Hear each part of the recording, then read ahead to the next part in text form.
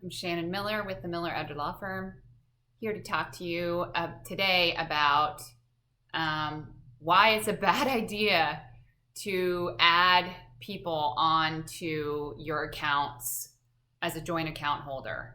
And this is something that unfortunately happens on a very regular basis. We have a parent who is starting to have healthcare issues or has lost a spouse, and now they need help. And they go to the bank to figure out what they can do. And the banker says, well, just add your daughter to the account. And you may have a daughter and two other children, but your daughter lives in town and it makes a lot of sense to go ahead and add that person. So what can happen is that you might add that daughter to your account that has the majority of your assets in it, or to multiple accounts.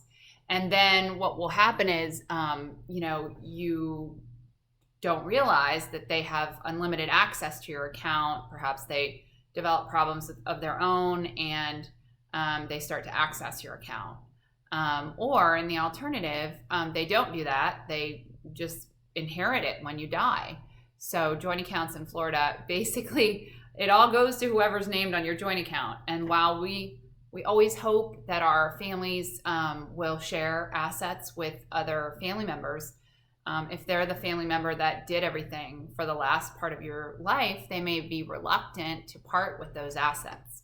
So there is another way to title assets, and that is there's actually two things that I would recommend you do instead of adding someone to a joint account for convenience. And that is to execute a durable power of attorney that authorizes that family member who you think you would want to help you, or who you want to help right now, issue a durable power of attorney for that person so that they become your agent under power of attorney. And then go to the bank with that document along with your child, or sometimes I'm not sure how this is working these days, but you may be able to do it without that child, and getting them on your account as an agent under power of attorney, so that they have fiduciary duties. They can't use the money for themselves.